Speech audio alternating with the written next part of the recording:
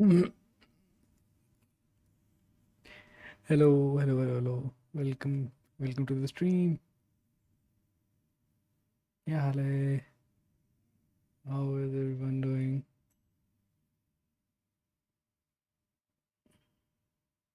So, anyone who is watching chess championship?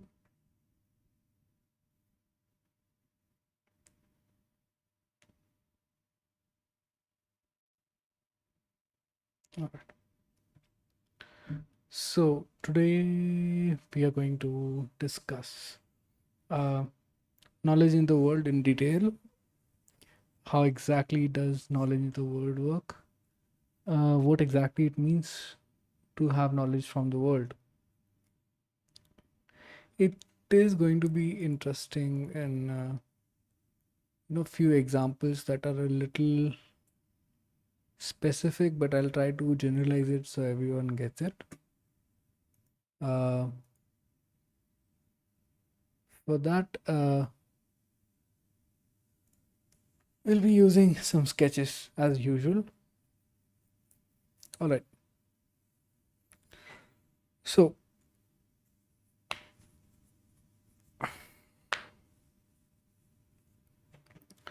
like the last example from the last stream about coins. So I'll just pick up this coin and see, there are not a lot of details. Where should I put this? Maybe here. Yeah, okay. Not a lot of details on this coin. If I tried to give you this coin in general, you might actually think this is a fake, right? Nothing written on it, nothing, no detailing, just 1 rupees. But it's actually a real coin. Uh, yeah, it looks like a fake coin actually to few of us. I have tried this afterwards, but okay. Oh, yeah, okay. So just like the coin example, we depend on the environment in the world to actually differentiate between what is correct, and you don't keep all the knowledge in the uh, you don't keep all the knowledge just in your mind. You let or designate knowledge onto the environment so that you can utilize it whenever required and not just have so many memories in your mind all the time. It's like having too many things in your RAM of your computer. It'll slow you down, so you just keep things in your environment or your you know the bigger part, the gray part of your brain. So you either retrieve it from your brain to your working memory, or you collect it or perceive it from your environment and utilize it. All right, so that's about the knowledge in the world. uh, so how many of you use keyboards or like physical keyboards? Mm, Everyone actually uses the keyboard in your phone, but how many of you actually use keyboards? And if you use keyboards, I think all of us know that it's not easy to memorize all the keys on the keyboard. You have to look onto the keyboard sometimes when you forget. And this is for all mostly normal people who, day to day use keyboards. But we all know there are people who have practiced enough number of times that they're able to type without looking on the keyboard. And as impressive it looks, it is even more impressive because these people have trained themselves and put the key positioning on the keyboard onto their visceral memory. Hi, Krishna. And that's very impressive. And that only comes with practice, and we're going to discuss this further. So I'll go on to the presentation. So Right. All of us, I'll present. Okay. So all of us actually use keyboards from day to day, and whenever required, we actually, while typing, we get used to a few keys, but we don't really get used to all of them. So we have to sometimes speak and then look for the key, and it's hard for us sometimes. So it gets annoying when you start typing onto the keyboard. We all have struggled. If you want to get a refresher, try to ask your parents to type on the keyboard. It will show you how difficult it is. I tried that actually. I asked my father to type on the keyboard recently, and I was observing. So this is called the hunt and peek method, or the T-Rex typing method. And for the T-Rex typing method, I want to show you a very famous clip of the four-time world champion F1. Uh, there's a race going on right now, actually, uh, in Qatar.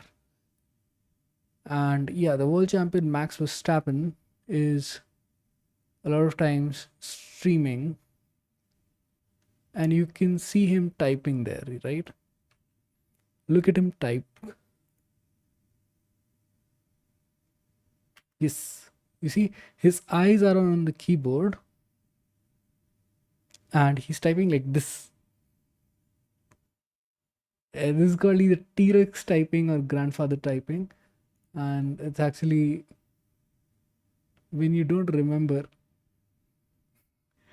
where how to use a keyboard and you forget how do I leave this view. Okay, right. So his viewers are making fun of him for that. So that is called T-Rex typing, when you have to look and peek and find the keys on your keyboard and type like this, tick tick tick tick tick tick tick, and yeah, that's T-Rex typing when you are not used to typing at all. But for a few people like gamers, coders, and writers, it is very important to memorize the keyboard. Now, uh, I'll take you gradually. I think the most basic level of understanding how a keyboard works or the placement of the keys is for the gamers. In gaming, mostly depending on which game you play, you don't have to memorize the whole keyboard, right? You have to memorize just the key part of the keyboard which is, related to your game. For example, if you're playing a simple FPS, or even a, let's say, a MOBA, in FPS and MOBA, you have to just move around using AWSD, and that's the movement keys. So go forward, backward, left, right, and only the four keys that you need is AWSD. But sometimes you have to use Q and E for certain abilities, or press 1 2 3 4 to which option do you want to utilize. In games like Valorant and CSGO, you have to press R to reload sometimes. X, C for opening the chat. V, people use V or T for talking. U for opening the in-game chat. Enter for entering the chat. Space for jump. Windows to uh, open windows. So Alt Control Shift for to leave the game, to quit the game. Control sometimes is used for combination keys to utilize certain abilities in game. Shift is for shift walking. Shift walking is a very famous term in gaming actually. When you want to quietly walk in a game, you have to press shift while walking. So AWSD, in combination of shift, you shift walk. That is quietly walk. So these are the keys a gamer would be very, very, very used to. And any other part of the keyboard which he is not very used to typing, if he is very vocal and doesn't type much, he wouldn't even know where the other keys are. Space is used for jumping, so that's also a very common one. So these keys are sufficient for a gamer to understand. For a writer, it is very important to have all the keys memorize, because writers have to type a lot of words, and all the like when you're writing words or essays, you have to be you have to know all the all the letters of the keyboard at least. But for coders, they have to also memorize the signs and symbols that is used for coding, and giving spacing, padding wherever required. Coders have to learn the whole keyboard very properly. So that's why it is gamers, writers, and then coders, according to me, to who are experts in writing. This is just a very generalized way of explaining. So how do you actually learn typing? This video is not about typing. This video is about knowledge of the world, but this example tells you exactly how repetition helps you in making knowledge in the world into knowledge into your own brain. So putting finding the right placement of for your fingers and then practicing multiple times increases your typing speed, accuracy, decreases your mental load because you're doing it automatically. You're not looking for that data in your mind, retrieving it and then typing, or looking, perceiving, analyzing, and then typing. So speed automatically increases and mental load decreases. Accuracy also increases. The effort it takes to write something also decreases, which is good. Now, how is this related to knowledge in the world? So, for example, if you have been doing something, for example, if you're looking at a certain quote on the wall of your let's say office or room, you by repetition will start remembering that sorry, remembering that quote. What is happening to my tongue? And you don't have to put that much effort in remembering that, and then you can replace that quote with another quote to memorize it.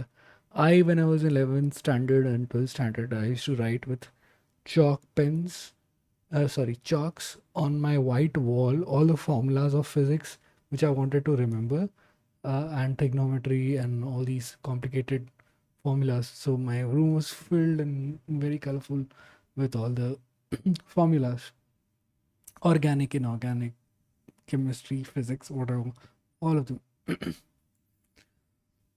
So knowledge, this is very bad quality. Knowledge can be divided in two parts, which is knowledge of and knowledge of how.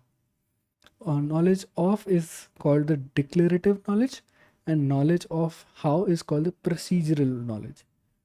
Now, what does that mean? Declarative knowledge is mostly when you are recollecting a fact. So, let's say humans have 10 fingers. This is a declarative knowledge.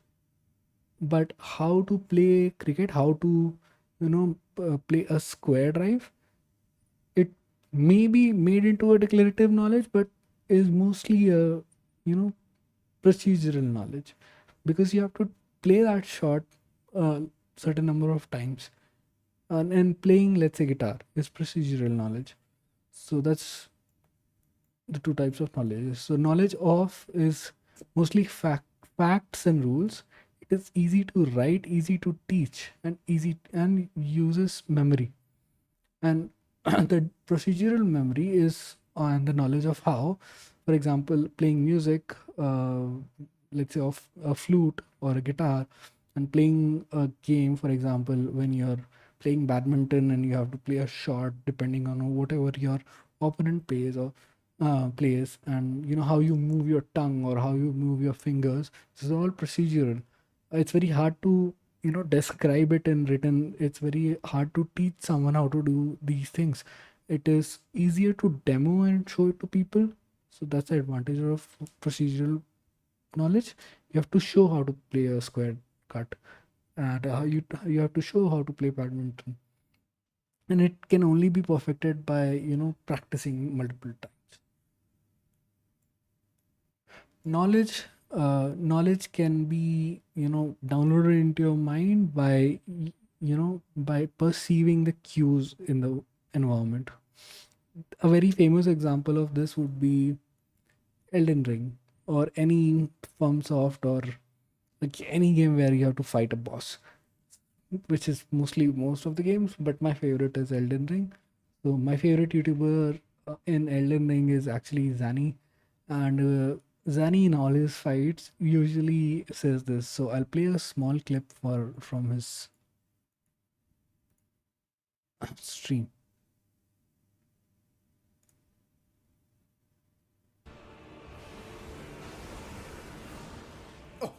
Okay, so Oh no no no! Is it the one I'm looking for? Wait, did I paste? Oh no! Was it the Radan one? No. at half health, Radon leaps into the sky and disappears, but he Do I have the clip here?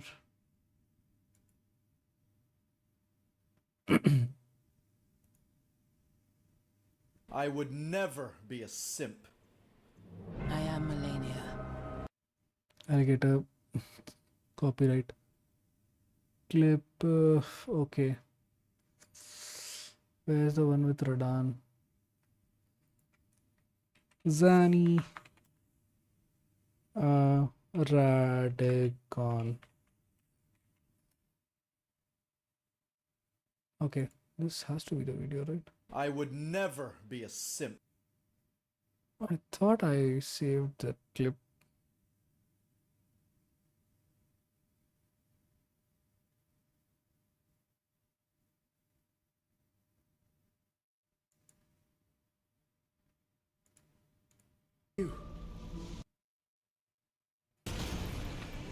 I'm a fucking gonna cry. Radagon of the Golden Order. How is it that your name rests upon mine lips? Oh, frame drop, shit game. And you, the Elden Ring away, piece of shit. And at last, How can I lose the clip? Okay, so basically, what Zani says a lot of times is he says he repeatedly views a video. Almost okay.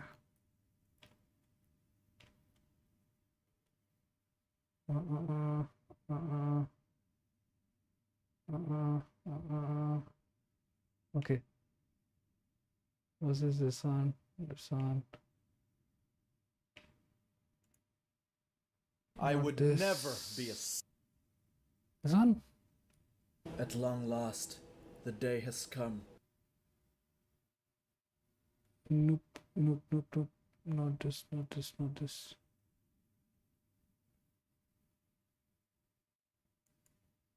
I would never be a simp. Oh, it must be here, I think.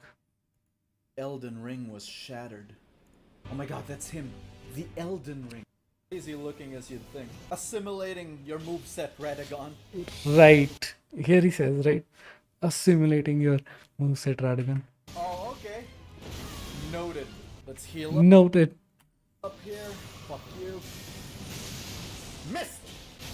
Hey, that explodes. Cool. So he's noting down every move that the boss does. Not this time, Radagon. I know it explodes. I've beaten Melania. As far as I'm concerned, she was the final boss. Whoop. Delayed. Got him. 4 hits. So yeah, everything. He notes everything. I'll dodge the next one. I'll dodge the next one. Oh, that's new. What? How do you avoid that? He's perceiving every move that the boss does.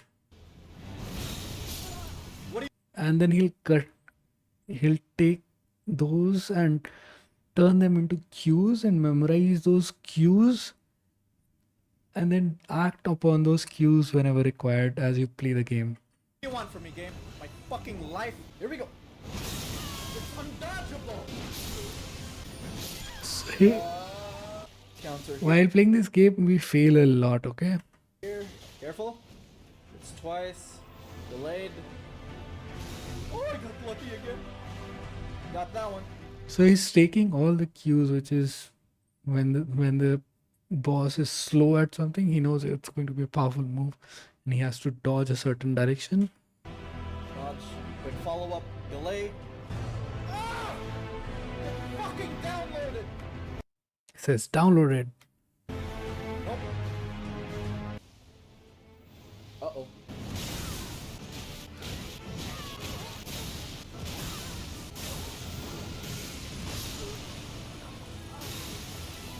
I'll dodge. I mean, after all these, so he has to memorize all the cues, and then once you have memorized all the cues, you then go on to beat the boss and have a perfect run because your memory helps you. Right. So we'll go back to our presentation.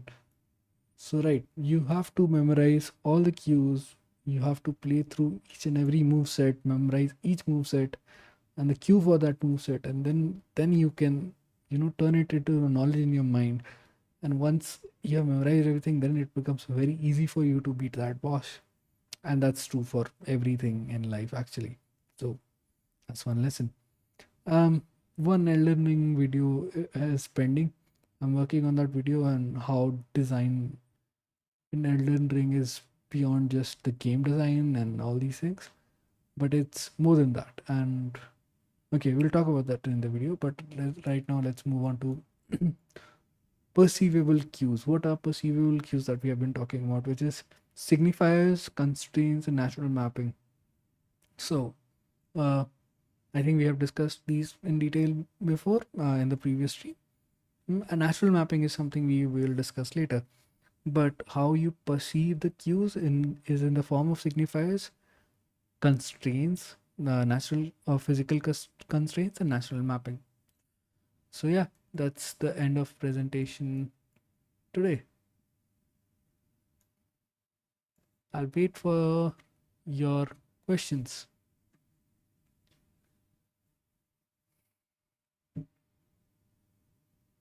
Okay. Oh.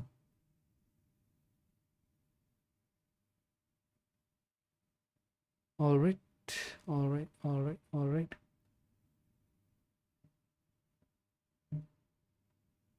Cool. Uh, then I'll end this stream. I'll just go watch some F1. I hope your weekend was nice, and best of luck for your Monday.